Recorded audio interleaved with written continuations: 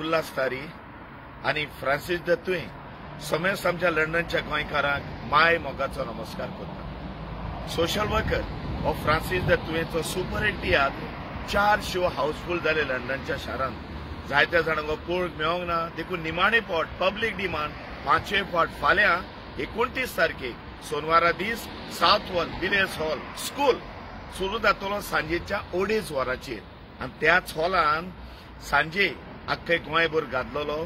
तसोच लंडनच्या शारांत नांव दवरून गेल्लो तियात्र गेर्राक न्हय वर्राक मेळ्ळो तुमकां पळोवंक मेळटा सांजेच्या 6:30 वरांक। सो हे दोनूय शोची तिकेटी आमी आमच्या ब्लॉकाचेर घातलेले आसा, थंय तुमकां मेळटा।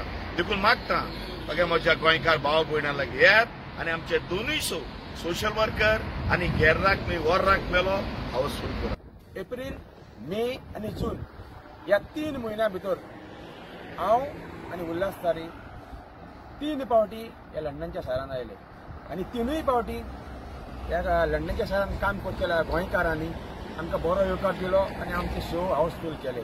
देखून हांव आदी फुडेंच जण एकल्याक लंडन काम करतल्या कोंकणी मोग्याक देव बरें करूं म्हणटा।